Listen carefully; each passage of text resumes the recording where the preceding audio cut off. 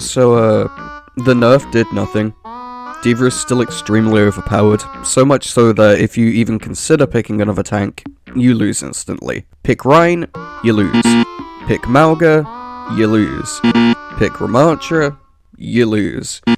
Hell, if you play Zarya to counterpick, you can still lose because it's gotten to a point now where she's just too strong. There's many reasons for this, ranging from her kit to even the simplest of things like her health. And in this video, I'm gonna talk all about that and why the nerf to defense matrix, whilst at surface level looking pretty good, ultimately did nothing to make her balanced. I'll get into it in a minute, but first I'm going to ask you to subscribe and leave a like on this video, as I want to continue making Overwatch 2 related content that's not only entertaining, but educational too. I'm going to kick this off by talking about her health and armor ratio, rather than parroting everyone and talking about her obviously high damage numbers, because I feel like this is a thing that slips people's minds when talking about how broken D.Va is. If you don't know how armor works, for every projectile that hits an enemy with armor as part of their health bar, the projectile's damage is decreased by a flat out 10 for up to 50% of the armor until that part of the hero's health has been completely depleted. D.Va has the most armor out of all of the tanks and ultimately the entire roster.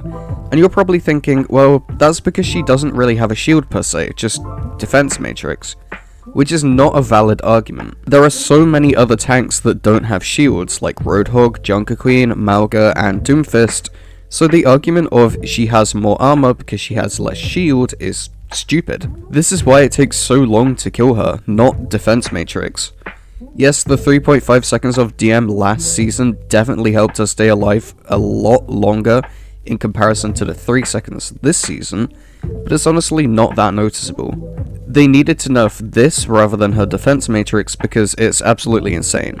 If she's being pocketed, then it's GG because you're never going to be able to break through that armor threshold unless your entire team focus fires her. Actually, that's another thing I want to talk about in relation to D.Va, this being her combination with Juno because it's crazy. Not just because of how good Juno's healing is and how much value she gets from D.Va because her hitbox is huge, but because her abilities combined with D.Va's are lethal. Hyperring allows D.Va to fly from spawn to point near instantly, and Juno's homing torpedoes combined with D.Va going in on the dive have an absolutely insane TTK because D.Va can deal the remaining damage in seconds. There's really no reason not to play Juno D.Va unless you physically cannot play either character.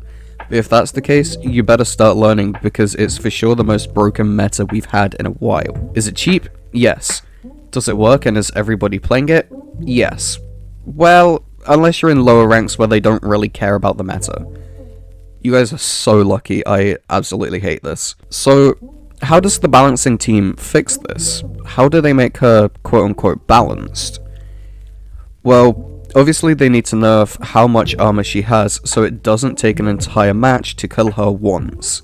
Playing laser beams into her works, but only if the team is competent enough to actually play laser beams well. This will make it so most DPS can actually do something against her after her defense matrix wears out, because they'll be doing more than 8 damage per bullet. I'm not saying we should return to the era where Baptiste was able to win a 1v1 because he had 3 health bars and dealt a bunch of damage, although that was pretty funny. But we desperately need DPS heroes like Bastion to actually work well when played into her. They also need to nerf how much she's affected by Juno's hyperring because this is absolutely ridiculous. No hero should be able to get from spawn to point this fast. She can cross an entire map in 2 seconds, the entire duration of her flight. Dive meta has always been obnoxious, but this is beyond obnoxious. This is like that one guy at the party with an acoustic guitar. Nobody likes it and people just want it gone. But that just about does it for this video. So, to clarify, D.Va good. D.Va very good.